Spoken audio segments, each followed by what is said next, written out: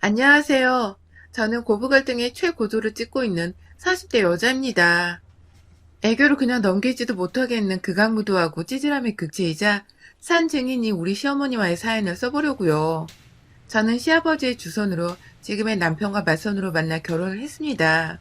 아버지와 건너 아시는 분의 친구분의 아들이 결혼할 색시를 찾고 있단 소리에 아버지가 저를 적극적으로 밀어붙인 것이었죠. 당시 저는 30대가 넘었었고 제 친구들은 다 결혼하고 첫 아이까지 낳았을 때였는지라 아버지가 상당히 위기의식을 느끼면서 이러다가 딸내미가 노처녀로 늙는 건 아닌가 하면서 저 하나 시집 보내겠다고 참 여기저기 뛰어다니셨는데요. 당시 7급 공무원에다가 시아버지도 공무원으로 부자가 공직을 먹고 있다는 소문이 엄청나게 와전이 되어서는 급기야 대대손손 재경부 행정부에 막대한 파워를 가진 집안이라는 소문이 부풀어져서는 아주 그냥 저희 아버지가 저를 완강히 밀어붙이셨던 것이었죠.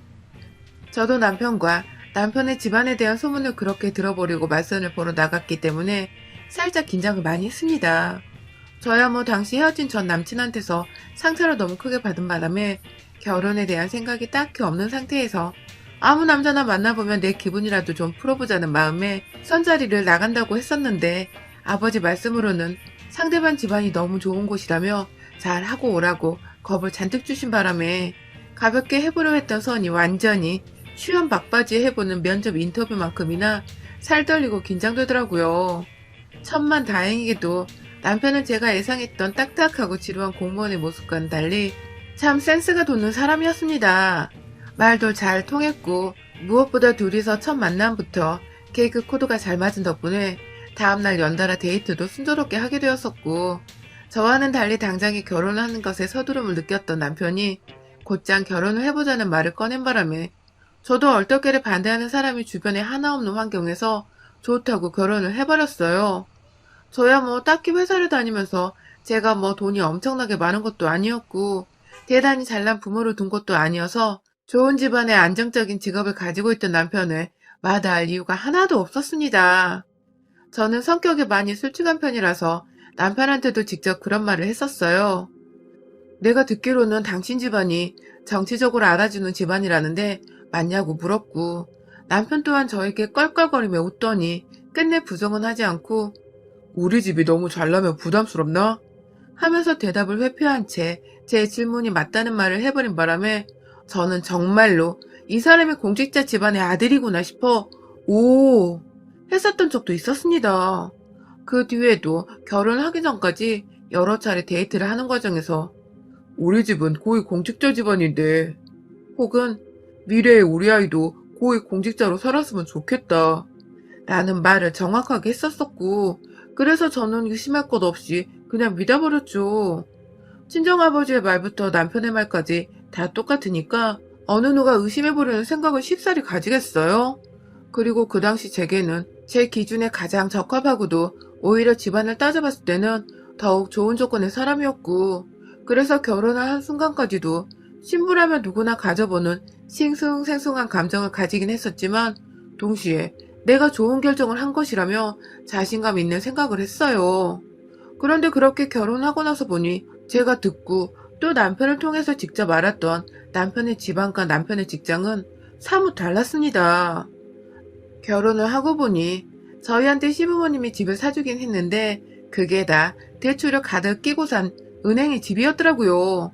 그것도 대출금을 매달 갚아내야 하는데 시아버지는 고위 공직자는커녕 동사무소에서 일하시는 경비원이셨고 7급 공무원이라던 남편조차 동사무소에서 근무하는 9급 공무원이었습니다.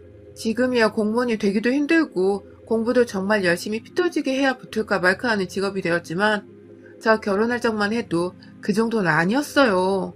게다가 남편과 시아버지가 일하는 동사무소는 서울 한복판에 있는 것도 아니고 경기도 저 끝자락에 있는 동사무소여서 아무나 그냥 지원해서 인원이 모자른 대로 충원이 되는 그런 곳이었습니다. 그렇게 일하는 남자들이 그 많은 대출금을 갚아내는 데는 굉장히 무리가 있었고요. 다달이 벌어오는 돈이 제 월급의 반도 안 되는 남편의 월급에 마냥 의지를 하면서 대출금을 갚아낼 수 없어서 결국 제가 제 돈을 털어 대출금을 갚아내기 시작했습니다. 솔직히 말하면 결혼 초반부터 왠지 거대한 사기를 당해버린 것 같아서 기분이 굉장히 불쾌하고 혼돈의 연속이었어요. 그럼에도 불구하고 제가 남편과 이혼하지 않은 것은 그 결혼을 하는데 어찌되었건 저도 남편이 좋다고 결혼을 저 스스로 결심을 했던 것이었으며 남편도 오해를 하게 한 거면 미안했다면서 대출금을 갚아주는데 도와주는 제게 무척이나 고마워했고 또 미안해하는 모습을 팍팍 티내면서 집안에서 거의 기가 죽어 살았기 때문에 제가 그새 정이라도 들어버렸던 것인지 이혼을 해버리지 못했습니다. 그리고 지금 저는 그때 진작 남편과 이혼을 못했던 것을 천추의 한이라 여기며 살아가고 있는 중이랍니다. 시아버지나 남편이나 기대했던 고위 공직자는 못 되었지만 살다 보면 느낀 것은 이분들이 참 열심히도 산다는 것이었습니다. 시아버지가 어쩌다가 경비에 하시는 일이 고위 공직자라고 와전이 되었는지도 모르겠지만 본인 하는 일에 자부심을 가지며 한번 빼먹지를 않고 사시사철 근실하게 일을 하시는 모습에 제가 다 대단하다고 느낄 정도였고요. 그런 아버지의 모습을 보면서 좋은 자극을 받았었는지 남편도 자신의 일에 투정함을 부리지 않은 채 열심히 일하면서 차츰 좋은 가장이 되고자 더 노력을 했습니다. 덕분에 남편과 제가 같이 벌어서 모으는 돈으로 대출금도 차근차근 갚아나갔고 그 사이 딸 둘도 낳아서 보통의 평범한 가정을 무사히 만들어냈어요. 물론 살면서 어떻게 부부가 좋은 일들만 있고 좋은 것들만 나누면서 행복하게 잘 살겠냐마는 저희 부부는 최대한 서로의 화를 덮고자 하는 선에서 대화를 하는 법을 배워나갔고 지금까지도 큰 소리 한번 나누지 않은 채 최대한 갈등은 적게 대화는 더 많이 해보는 자세로 살았어요. 그 효과는 실로 대단했습니다. 저희 부부랑 친하게 지내는 주변 친구 부부들은 저희가 잘 지내면서 하는 그 모습을 배우고 싶다며 많이 부러워하기도 했습니다. 그럴 때면 저희도 자랑이라고 으쓱해 대기보다는 우리도 평범한 사람에 지나지 않는다면서 그냥 서로를 한 번 더 배려하고 노력하는 것뿐이라면서 보다 현실적인 말로 부부 상담을 해주고 또 그 상담을 통해서 우리 부부도 함께 치유를 받는 듯 했습니다. 나중에야 남편은 저한테 고백을 하더라고요. 제가 너무 마음에 드는데 혹여나 자기 아빠가 경비원이라고 자기가 겨우 9급 공무원이라고 떠나버리면 어쩌나 싶어서 사실대로 말을 할 수가 없었다고 해요. 그것에 대해선 최근까지도 저에게 민망하고 또 미안했었고요. 아무튼 처음에 좀 삐그덕거리긴 했지만 그래도 잘 살아가고 있었고 앞으로도 잘 살아갈 자신이 있었는데 이런 저의 마음에 불현듯 위기감을 안겨주는 인물이 바로 저희 시어머니셨습니다. 시어머니의 눈에는 저희 부부가 잘 지내는 모습이 그리 좋아 보이지 않았나 봅니다. 대출금도 척척 갚아내고 아들이랑 집에서 잘 먹고 잘 살고 딸들까지 낳아버리니 그 모습이 퍽 질투가 나셨나 보더라고요. 아들 부부가 잘 사는 모습을 보면 마음이 흐뭇하시고 기쁘실 법도 할 텐데 저희 시어머니는 전혀 그렇지 않으셨어요. 처음 제가 대출금을 제 월급으로 갚아가겠다고 말씀을 드렸을 때부터 저한테 우리 아들 기죽이라 시집 왔니? 라고 말씀을 하시던 분이셨습니다. 저는 남편이 대출금을 당장 갚을 만큼의 여유 있는 돈을 벌지 못하고 있고 그 때문에 둘이서 죽어라 벌어 한참 갚아나가야 하는 돈이기에 더 벌고 있는 제가 도와주겠다고 나선 건데 시어머니 눈에는 제가 더 돈이 많으니 그까짓 거 내 월급으로 낼게 하며 제가 자기 아들 기를 죽인 듯한 모습으로 보였나 보더군요. 문제는 저는 이렇게 갚아야 하는 빚이 많은 줄도 모르고 시집을 온 어찌 보면 졸지에 집 산다고 빚을 주고 결혼을 해서 저한테 면목없고 염치 없어 하는 남편과 시아버지 앞에서 시어머니는 아주 당연하고 별것 아니라는 듯이 제가 그럴 가치가 있는 애야? 왜 당연한 걸로 미안해? 하며 여러 번 무안을 주기도 하셨습니다. 제가 아무리 솔직한 성격이라고는 하지만 남편한테는 마구마구 따져봐도 시어머니한테는 정말 못 그러겠더라고요.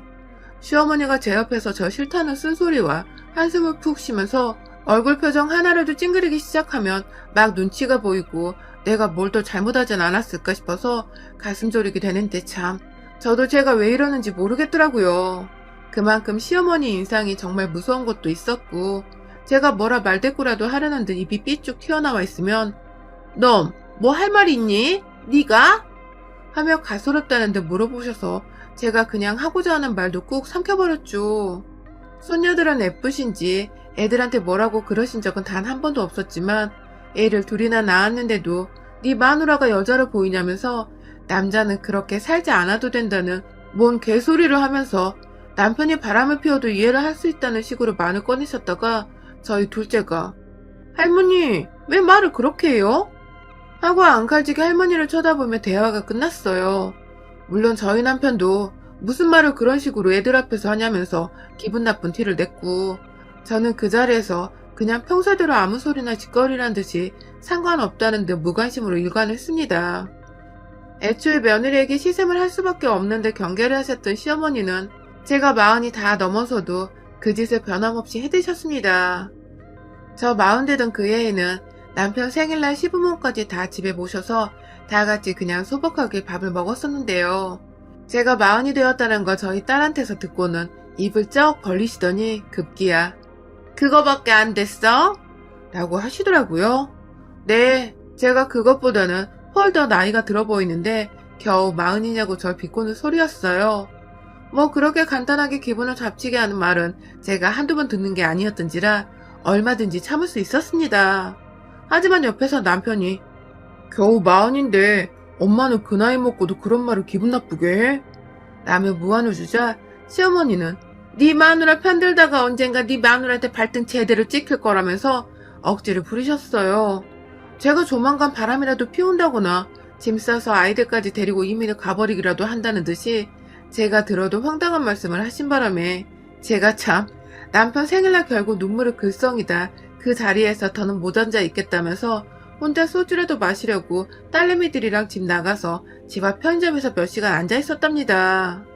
다행히 그 사이 남편이 시부모님을 집으로 보내버렸고 저는 적당히 화장실이 가고 싶었던데 집으로 돌아올 수 있었지만 뭐가 되었든 참 서럽게 마찬가지였습니다. 정말 정 한 번 붙이기 힘든 상대였고 이 집안이 시아버지가 교회를 다녀서 제사가 없는 것이 정말 천만다행이라는 생각이 뿜뿜하곤 했었죠.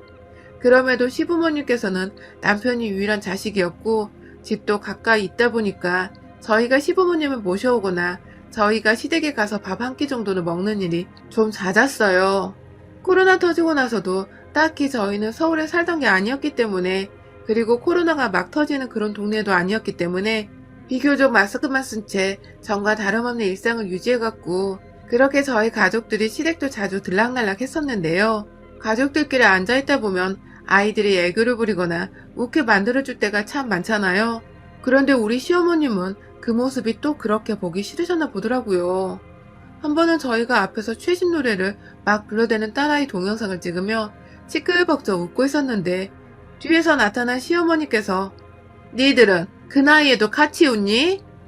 하면서 별 희한한 부부를 본다는 듯이 쳐다보더라고요.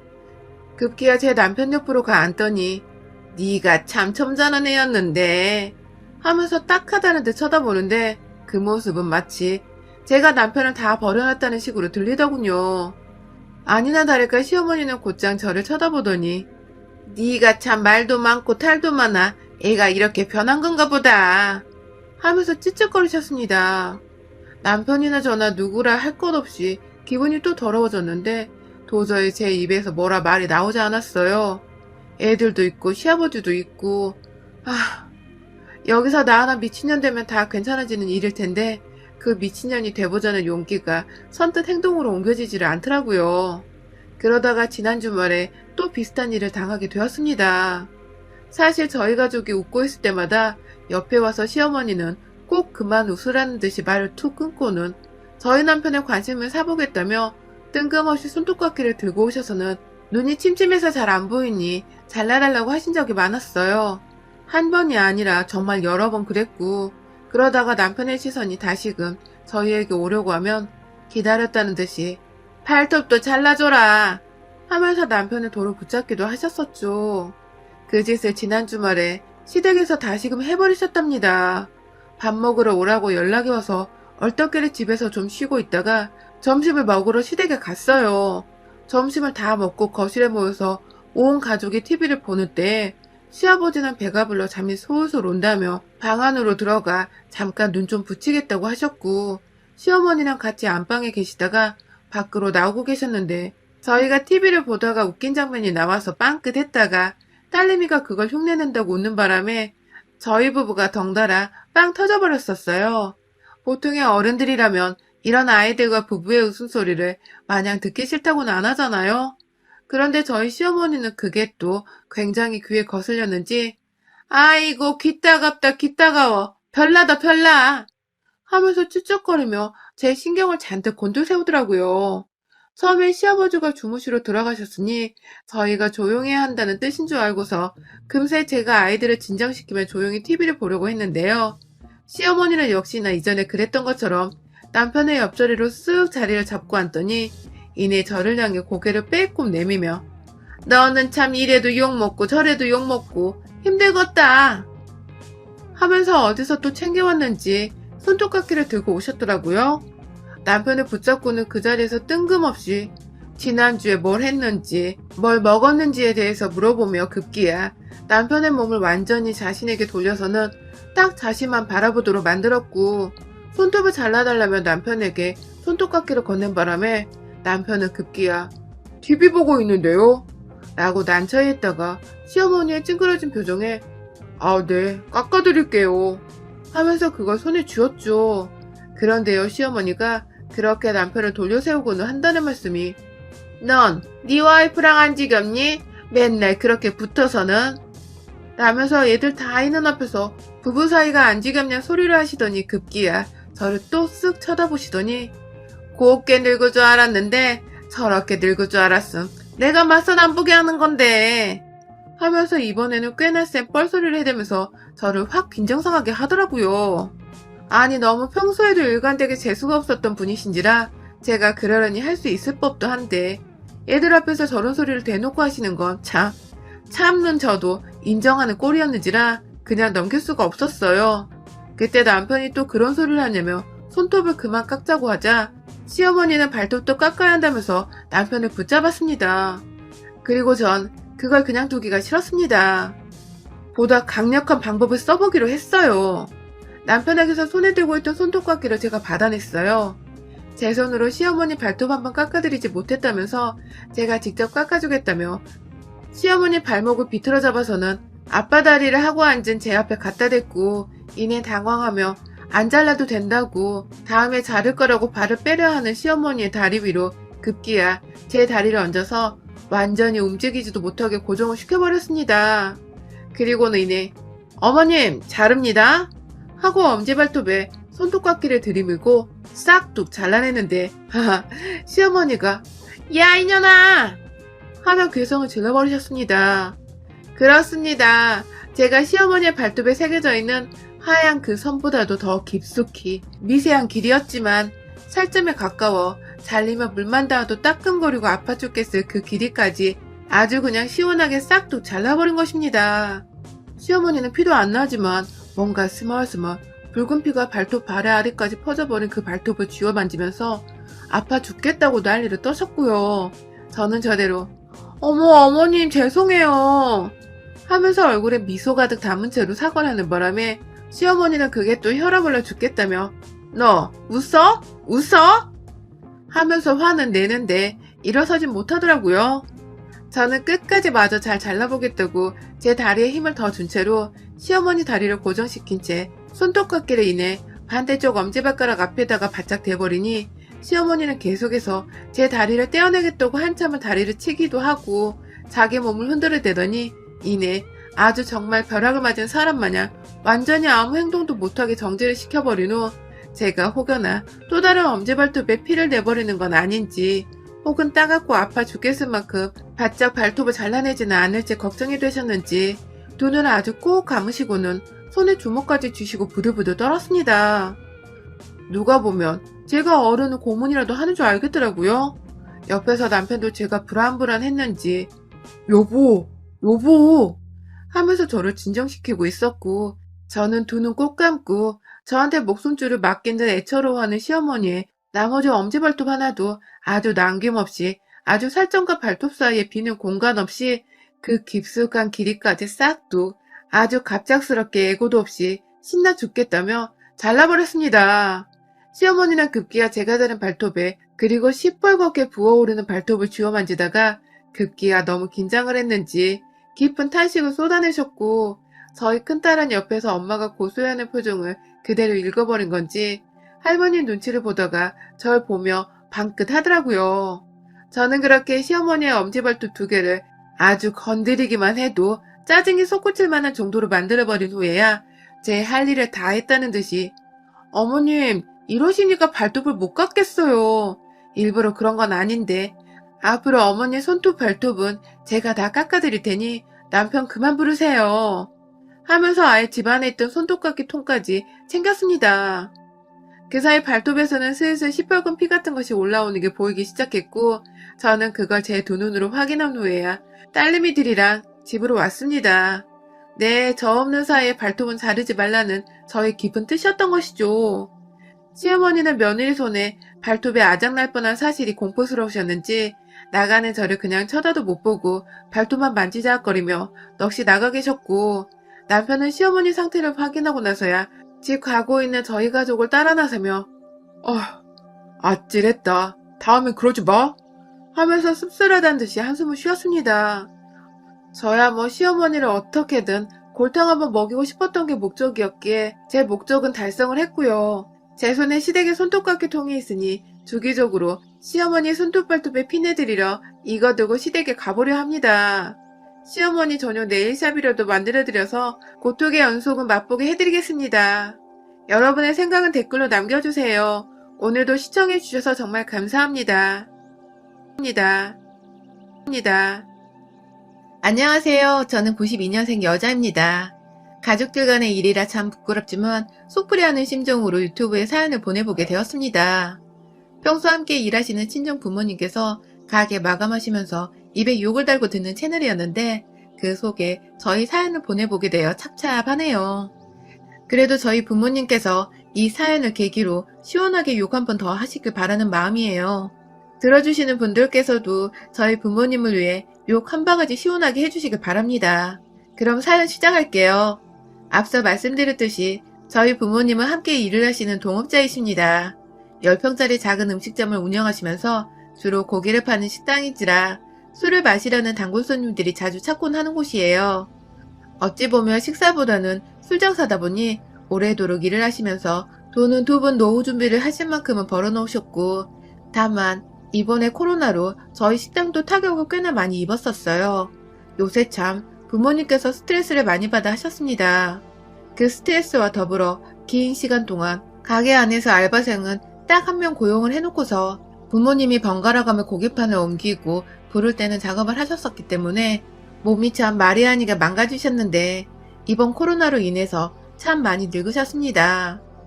제 눈에 확연히 보이는 부모님의 배로 늘어난 주름들이 참 보기 찹찹하고 힘들더군요.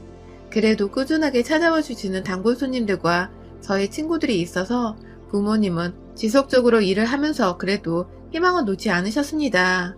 정 힘들면 자식인 저와 남동생이 용돈을 드리면 되었고 자식에게 좀 기대도 된다고 많이 위로를 해드렸기 때문에 부모님께서도 필요 이상의 돈을 벌어야 한다는 압박은 덜 받으셨던 것 같습니다.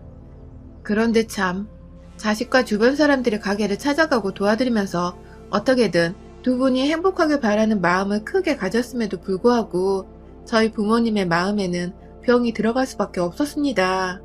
그것도 아이러니하게 코로나 때문에 더더욱 할 말 제때 하지 못한 채 마음속에 병만 들어가셨죠. 바로 저희 단골 손님만큼 단골인 양 자주 찾아오셔서는 매출을 늘려주는 듯 싶다가도 매출을 1도 늘려주지 않고 오히려 마이너스로 만들어버리고 마시는 우리의 술꾼 바로 저희 시아버지 때문이었는데요. 시아버지께서는 저희 아버지와 동갑내기시며 시어머니를 2년 전에 여의고서 혼자서 지내고 계시는 홀아버지이십니다.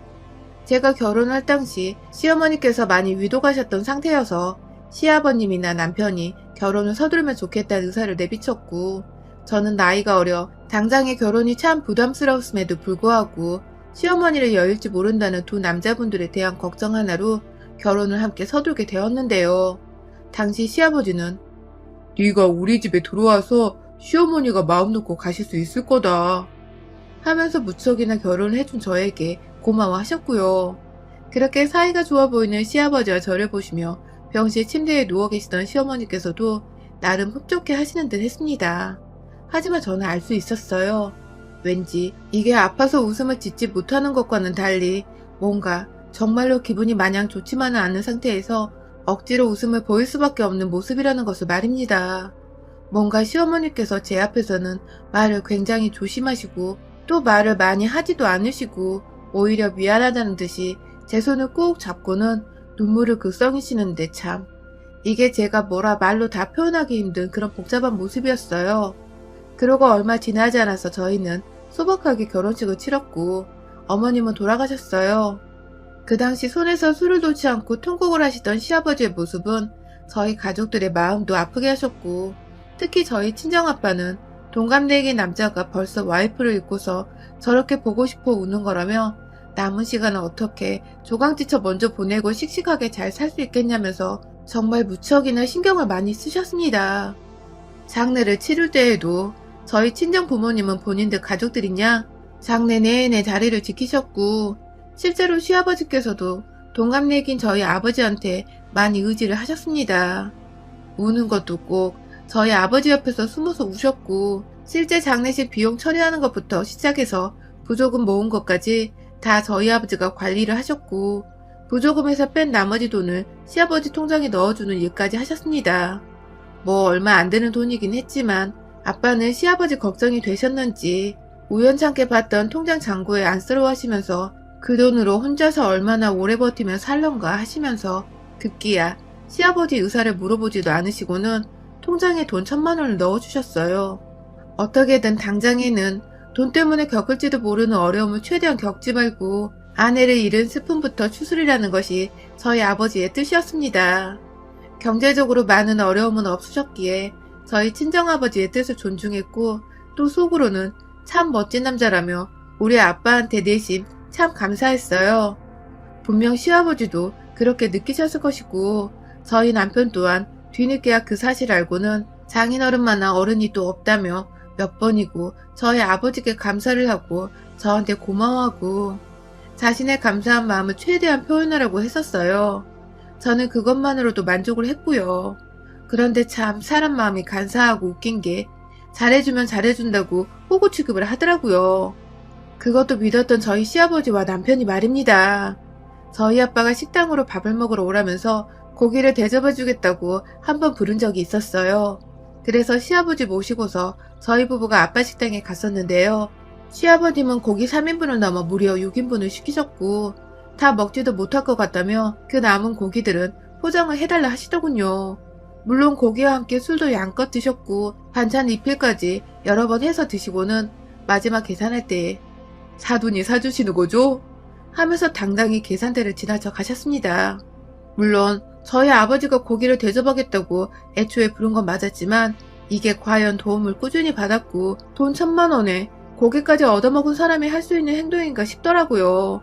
저 같았으면 고기를 적당히 시킨다거나 못해도 돈 5만 원 정도는 그냥 쥐어줄 텐데 말입니다.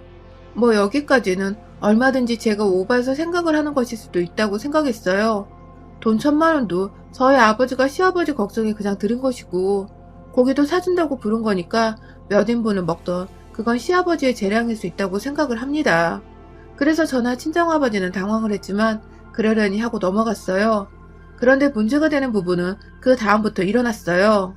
아버지가 와이프를 잃은 시아버지 걱정에 끼니 거르지 말고 당분간은 돈 걱정하지 말라고 보냈던 그 돈을 시아버지가 글쎄 친구들과 술 퍼마시고 밥을 쏘고 그것도 모자라 새로운 옷을 사고 남은 돈으로는 주식도 조금 손댔다가 쫄딱 다 써버린 겁니다. 그런데 더 큰 문제는 그렇게 돈을 다 써버리고 나서 아주 당연하다는 듯이 저희 아버지를 찾으셨다는 겁니다. 저희 시아버지가 말입니다. 저희 친정아버지는 엄연히 사돈인데 저희 아버지한테 돈을 맡겨놓은 것도 아니신 분께서 저희 아빠를 찾아가서는 돈을 다 써버렸다며 그 돈을 다 써서 지금부터 어떻게 살아야 할지 모르겠다며 식당 안에서 막 하소연을 하면서 우시는 바람에 식당 분위기가 싸해져서 아빠가 억지로 시아버지를 끌고 식당 밖으로 나오셨다고 해요.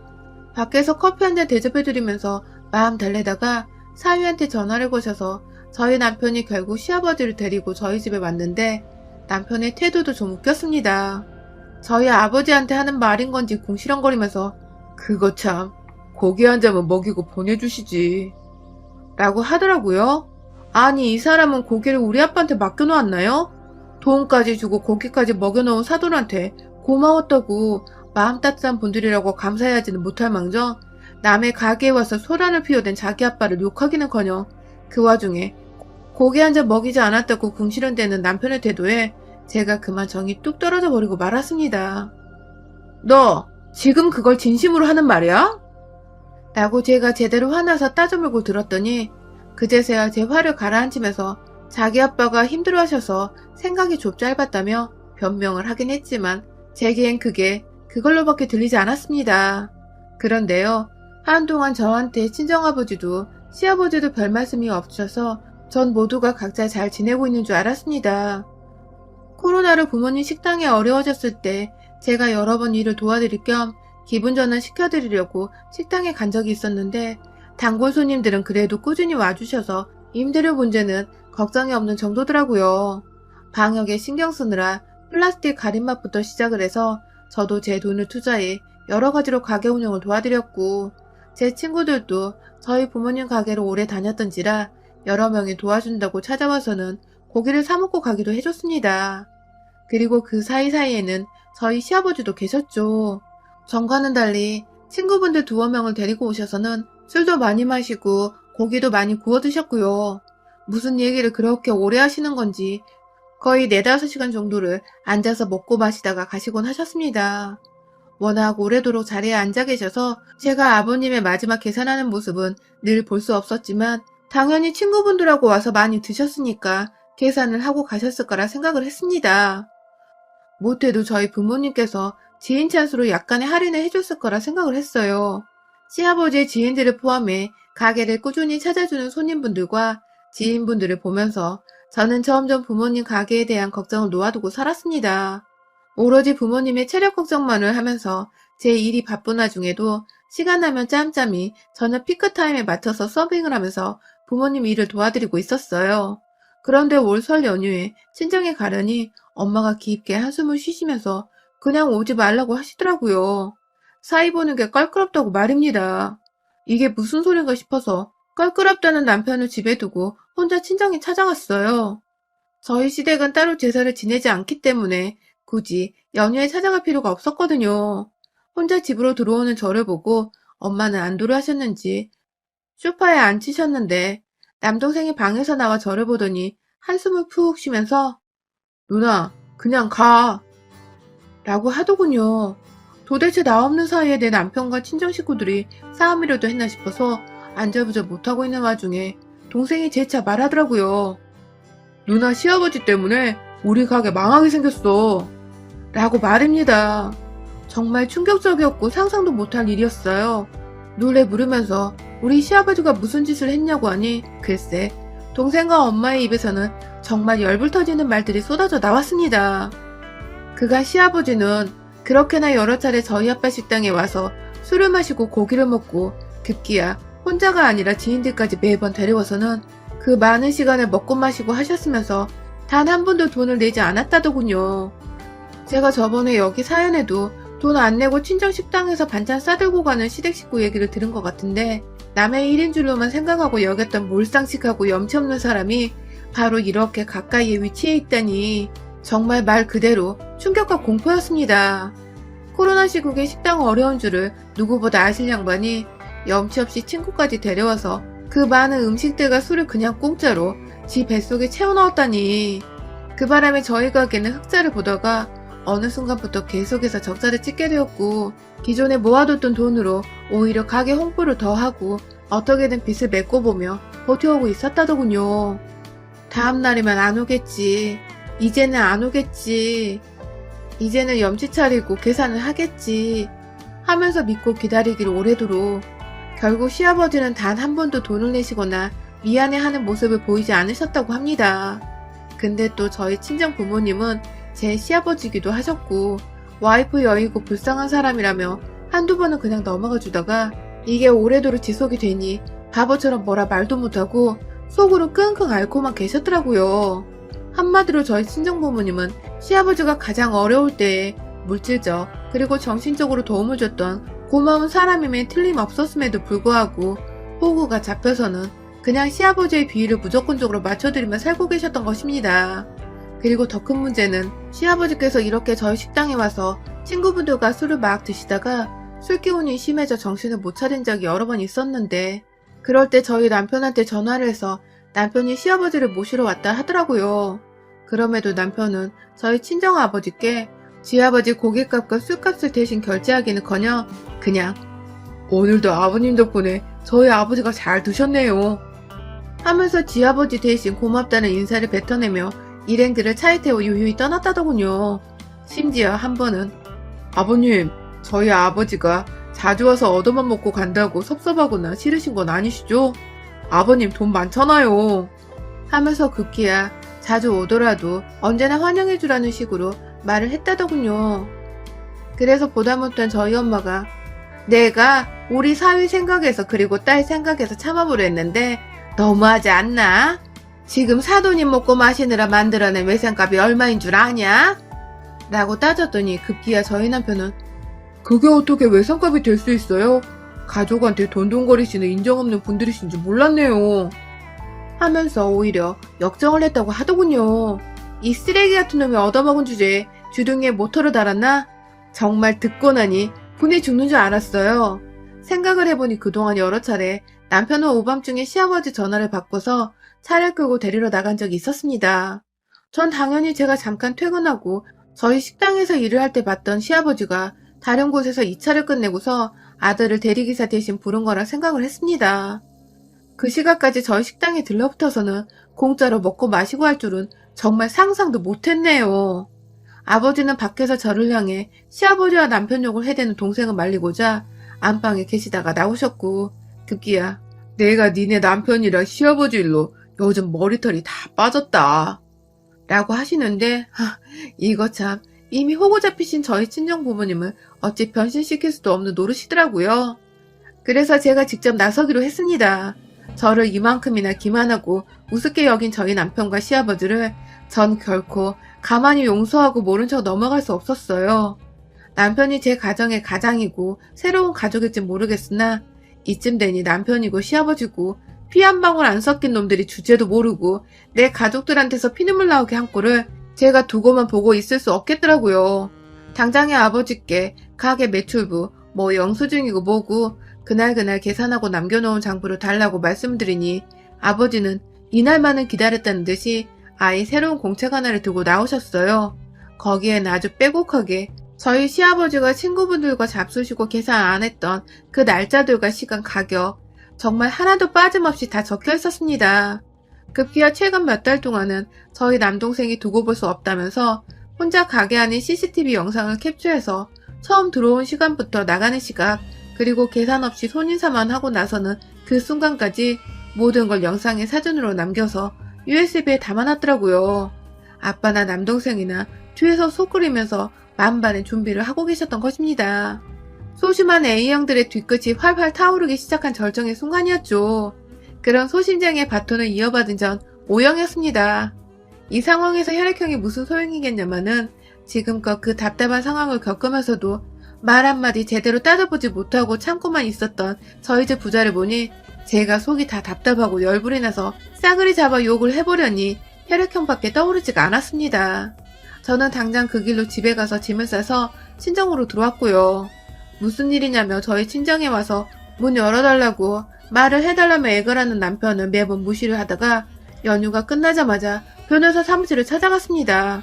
무려 지난 2년간에 걸쳐서 총 2천만 원의 손실을 낸 시아버지는 애초에 돈을 낼 생각도 없이 잘 마셨다, 잘 먹었다는 말을 반복하며 무료로 음식을 취하였기에 일단 사기죄로 형사고소가 가능하다고 하더라고요. 그 말 그대로 시아버지께 그리고 남편한테 전달을 하면서 감히 며느리 몰래 며느리 집에서 그런 식으로 무전취식을 했냐? 하면서 당장 갚아내려고 말을 했더니 오히려 예상했던 대로 시아버지를 포함한 남편까지 적반하장으로 나서며 당연히 가족끼리 무료로 얻어먹을 수 있는 게 아니냐며 왜 이리 사람들이 야박하냐는 소리를 해대더군요. 아휴, 한 번 더 살 기회를 줘보려고 했더니만 지발로 지군서를 걷어차는 인정머리 없는 남자 새끼들. 결국 저는 그 통화의 녹음본까지 따서 변호사님께 제출을 했고요. 임의로 외상값을 주지 않은 채무 불이행의 명목을 근거로 민사소송을 청구하기로 했습니다. 소장은 이미 시아버지 집으로 날아갔고 그와 더불어 제가 더 이상 거지 같은 남편과 살지 못하겠어서 이를 근거로 이혼 소송까지 걸어버린 바람에 저희 집과 시댁 둘 다 아주 소장 파티를 했어요. 아주 그냥 여기저기 고소당한 소식이 들려오는 바람에 남편도 거의 정신이 나가버린 상태였을 거고요. 이혼 소송에 놀란 남편은 그제서야 지 아버지가 처먹고 남긴 외상값을 일부 변제하겠다고, 그러니 소송을 취하해달라고 막 전화가 왔지만 이미 때는 늦어도 너무 늦어버렸네요. 일부는 무슨, 지금 다 갚고 거기다가 이자를 더해도 봐줄까 말까 하는 상황인데 일부 변제? 아주 그냥 마지막까지 지 돈 덜 써보려고 지랄 꼴값을 떨고 앉아있더라고요. 판결이 나면 돈을 당장 갚아내지 못할 시에는 압류 같은 강제 집행도 가능하다고 합니다. 그리고 그게 바로 제가 바라는 것이죠. 부디 시아버지와 남편이 당장 돈을 갚지 못해서 압류를 당하는 수모까지 겪어버리게 하려고 저는 이혼 소송부터 먼저 확실하게 준비를 하려고 합니다. 남편과 시아버지를 상대로 두 분 모두에게 이혼의 책임을 물어 위자료 청구 소송을 걸어버렸고요. 지금 살던 집이야 뭐 저희 부모님 돈이 조금 더 들어간 전세집이었기 때문에 곧 만료되는 계약과 함께 전세금은 처음 그대로 나눠볼 참입니다. 그래봤자 그 돈에서 남편은 제게 위자료를 물고 지아버지 외상값을 물어주느라 한 푼도 못 받고 오히려 마이너스를 찍을 테지만, 돈 하나로 인생 비참해지는 그 순간을 남편과 시아버지가 다시 맞이하길 바라는 마음으로 끝까지 이 악물고 소송을 해보려고 해요. 이쯤 되니 돌아가시기 전 시어머니가 왜 절 그리 불쌍하고 안쓰럽게 보신 건지도 살짝 이해가 가려고 하더라고요. 시어머니는 알고 계셨겠죠. 본인 남편이 염치 없는 머저리 같은 인간이란 것과 지 아들이 지 아빠를 쏙 빼다 남은 것을 말입니다. 돌아가신 시어머니를 원망하는 건 아니지만 문득 병실에 누워 계시던 시어머니의 속도 말이 아니었겠다 싶어 차차하고 불쌍하네요. 설지나 복이 굴러들어오긴커녕 박힌 돌을 빼내야 하는 골치 아픈 일의 연속이었지만 저 올해 안에 우리 아빠 가게 외상값 다 받아내고 시아버지랑 남편 이 부자지간 지갑에 1,000원짜리 지폐 한 장 남기지 않게 탈탈 털어놔 줄 겁니다. 아주 그냥 다 죽었어. 여러분의 생각은 댓글로 남겨주세요. 오늘도 시청해주셔서 감사합니다. 안녕하세요. 제목 그대로예요. 이래저래 결혼 준비한다며 잡다한 일 많았지만 최대한 간략하게 써볼게요. 전 연고지는 인천, 직업이 자유로운 편인 병원 간호조무사예요. 남친은 충남 거주 중 설비의 엔지니어, 나이는 둘 다 30대 중반입니다. 결혼을 앞두고 먼저 자리 잡기 위해 제가 충남으로 내려왔어요. 그게 벌써 5개월 전 일입니다. 남친은 어머니만 계시고 아버지는 10년 전 돌아가셨어요. 처음 시댁에 인사 갔을 때 어머니는 타지방에 계십니다.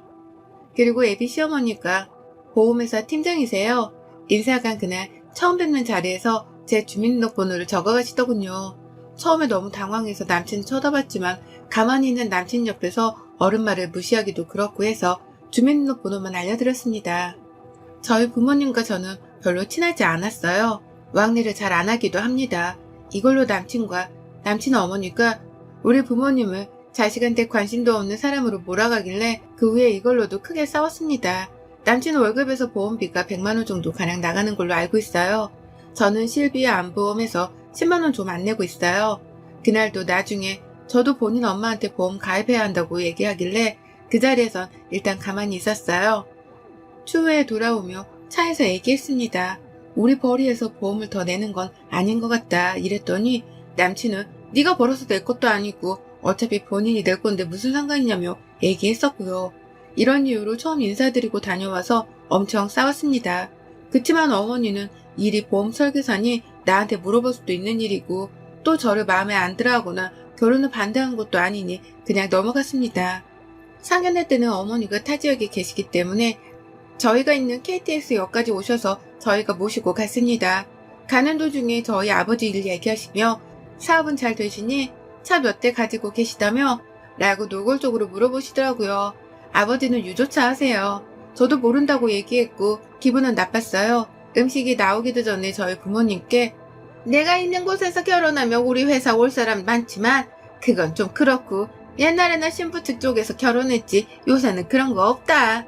결혼은 아들 회사 근처에서 할 것이고 주례는 안 하거니 아버님이 이들을 위해서 한 말씀 해주시라. 날짜는 일요일은 예배가 있으니 안 하겠다. 예물 예단 아무것도 필요 없으니 서로 하지 말자 라고 통보하시더군요. 이때도 너무 속상했지만 저희 부모님도 내색 안고 참으시기에 저도 그냥 넘어갔습니다. 그 이후 여기서부터 반지 얘기에 서막이 시작됩니다. 상견례 후 다음날 애비 시어머니께서 다이아 반지를 해주시겠다고 전화 왔어요. 서로 하는 거 없기로 하자고 얘기가 끝난 상태여서 저는 거절했습니다. 부담스럽다고요. 근데 한사코 계속 얘기하시면서 내가 너 다이아 해줄 건데 아버지 사업은 어떠니? 아빠한테 말씀드려서 아빠 돈 없어지면 어쩔 수 없는데 우리 아들도 시계 같은 거 해달라고 말씀드려라. 이러시더라고요. 계속 거절해도 제 말은 듣지 않고 저 말만 반복하셔서 일단 여쭤본다 하고 끊었어요. 그 뒤로 이틀에 한 번씩 전화하셔서 계속 말씀하시더라고요. 남친한테 얘기했더니 그냥 안 하면 된다고 그렇게 말하고 중간에서 무슨 얘기를 했는지는 모르겠으나 나중에 남친 누나가 남친한테 그냥 내내하고 받으면 되는 건데 뭘 그렇게 엄마 마음 상하게 거절하냐? 라는 얘기를 하시더라고요. 그래서 그날도 싸웠습니다. 내가 어머님이 반지 준다는 거 거절한 게 아니다. 아빠한테 너 시계 해주라고 말하라는 게 싫은 거다 라고 하면서 싸웠습니다. 말씀을 드려야 하나 전전긍긍 하던 중에 엄마 아빠가 먼저 저희를 부르셨어요. 그래서 어머니가 하지 말자고는 말씀하셨지만 뭐 필요한 거 없으신지 말씀드리고 아빠가 예단 1,000만원 시계 500짜리 해주신다고 말씀하셨어요. 다이아 반지 맞추러 간 날 아무튼 그 얘기 애비 시어머니께 전달했고 M을 맞춰주신다는 게 본인 사시는 지역에 아는 가게가 있으니 저희 보고 내려오라고 하시더라고요. 애단비도 전달해드려야 하니 내려갔습니다. 도착해서 저녁에 애단함 전달해드렸어요. 근데 애비 시어머니께서 그 자리에서 아버지가 보낸 애단비 1,000만원을 세시더라고요. 좀 당황했습니다. 이때 남친은 옆에서 네이버 검색해보면서 원래 봉채비는 다시 안 줘도 되네. 우리 엄마가 안 줘도 되는 건데 너 절반 딱 주려고 돈 세는 거다라고 얘기하는 겁니다. 이빨 반지 사건 가게에 갔는데 거의 어르신이 끼는 가락지가 많은 가게였어요. 이때만 해도 별 불만은 없었습니다. 저는 몰랐는데 저 맞춰주신다는 반지가 어머님이 끼시던 결혼 때 받으셨던 선부 다이아 리세팅해서 저 맞춰주시는 거였더라고요. 솔직히 좀 당황했어요. 다이아 색이 노랗게 변했고 쓰던 거 물려주시는지는 몰랐거든요. 그리고 어머니 반지 되어있던 금 녹이고 잠시 뒤에 주머니에서 어머니가 뭘 꺼내시는 거예요. 어머니 보험회사에서 받으신 반돈짜리 무슨 금이 있더라고요. 그것도 제 거에 녹이고 또 잠시 후에는 주머니에서 뭘 꺼내시는데 세상에 이빨이 어머니 금이 떨어진 걸 제 거에 녹이라고 하시더라고요. 그 사장님께서 한숨 쉬더니 이빨은 100% 금이 아니라서 쓰다 보면 금 성분이 없어서 녹일 수가 없다 하시면서 그냥 32,000원 현금으로 주셨습니다. 그 자리에서 솔직히 좀 불편했어요. 근데 갑자기 남친 반지도 맞춰주신다 하시더라고요. 커플링도 아닌데 남친은 커플링 중에서 남자 것만 해서 따로 맞춘다 하시더라고요. 제 거 말고요. 우리 아들 거는 입으로 해달라 했는데 사장님이 여기 반지 샘플에 있는 거는 3부짜리라서 입으로 하면 반지가 쭈그러들 수도 있다 라고 하셨습니다. 그래서 어머님이 그러면 최고 좋은 걸로 하고 크기도 높이고 우리 아들 최고 좋은 걸로 해달라고 그 얘기를 계속 하셨는데 솔직히 옆에서 서럽더라고요. 우리 부모님이라면 사위 될 사람 저렇게 대하지는 않으실 텐데 정말 속상했습니다. 결국 그날은 제 반지 50, 남친 반지 150 정도 나왔습니다. 거기다가 결혼식 전날 저희 집에서 자고 가신다고 하시더라고요. 15평 집인데 잘 곳이 없어서 원래는 누나네에서 자고 같이 오시는 줄 알았거든요. 누나네가 남친네랑 가까운 곳에 살아요. 그래서 제가 집에 오는 길에 나는 그러면 엄마 아빠네에서 자고 출발할게 라고 얘기했어요. 그랬더니 우리 엄마 마음 불편하게 왜 그러냐고 그리고 아직 일어나지도 않은 일을 가지고 벌써부터 짜증내지 말아라 스트레스 받는다 이런 얘기를 했습니다. 결정적인 사건은 일하고 있는데 카톡이 하나 오더라고요. 제가 가입한 적 없는 보험회사에서 제가 고객 등록이 되었다고요. 바로 고객센터 전화해서 자초지종을 설명을 들었습니다. 그 지역 설계사분 모르세요? 하는데 어머니 계신 지역이더라고요. 그때 어머니가 제 정보를 무단으로 등록했다는 걸 알았습니다. 일단 취소해달라고 삭제시켜달라고 하고 전화를 끊고 남친한테도 얘기를 했습니다. 남친이 얘기해본다고 하더라고요. 그러고 좀 있다가 바로 어머니한테 전화가 오더라고요. 네가 뭔데 보험 알지도 못하면서 그깟 9만 원 내는 거 제대로 돈 보험도 아닌데 내가 내 사이 보험도 알아서 다 해주는데 네가 뭔데 우리 아들 시켜서 나한테 전화를 하게 하냐? 이런 얘기를 하시더라고요. 그래서 최대한 정중히 제 보험은 제가 알아서 하겠다고, 더 보험 들고 싶지 않다고 하고 대충 마무리 짓고 끊었어요. 그러고 나서 저녁에 얘기를 했습니다. 남친은 너 때문에 어머니가 잘릴 뻔한 거 겨우 심할서 쓰고 넘어갔다고. 사랑하는 사람을 낳아준 부모님에게 감사함이 없고 고부 갈등이 너무 심해져서 내가 어떻게 할 수 없다. 엄마가 결혼하지 말라고 난리라고 라며 헤어지자더라고요. 저도 더 듣고 싶지 않고 어처구니 없어서 알겠다 했어요. 저번 주 주말 엄마 생신 겸 모인 가족 모임에서 말씀드렸고요. 솔직히 지금 마음은 너무 홀가분해요. 그렇지만 아빠는 많이 화나시고 미리 얘기를 안 했다며 속상해 하시고, 엄마는 지금도 전화하며 목소리에 울음부터 섞여 있습니다. 긴 글 읽어주셔서 감사합니다. 다른 건 다 괜찮은데 부모님하고 가족들한테 미안한 마음이 크고 파혼하길 잘한 거겠죠? 너무 심란하고 속상한 마음뿐입니다. 부모님 마음을 어떻게 위로해드려야 할지 제 머리로는 생각이 나질 않아요. 여러분의 고견을 듣고 싶습니다. 추가입니다. 댓글 감사합니다. 내용은 잘 봤어요. 왜 참았냐는 얘기들이 많은데 제가 남친보다 나이가 어린 것도 아니고 조건이 많이 떨어진다고 생각을 했기 때문이에요. 부모님께 결혼해서 잘 사는 모습 보여드리고도 싶었고, 저는 저렇게 결혼 준비해본 게 처음이라 저게 비상식적인 거라고 생각을 잘 못했던 것도 있어요. 어머니가 결혼하지 말라 하시고 이런 얘기를 하신 걸 남친은 저한테 고스란히 전달했는데 그쪽 어머님은 그런 걸 모르시더라고요. 문자로는 우리 아들이 파혼까지 생각한다니까 네가 잘 달래고 나랑 잘 지낸다고 얘기하라고 잘 맞춰주라고 그런 얘기를 하시고요. 아무튼 시간 있어서 쓴소리 해주신 분들께 너무 감사합니다.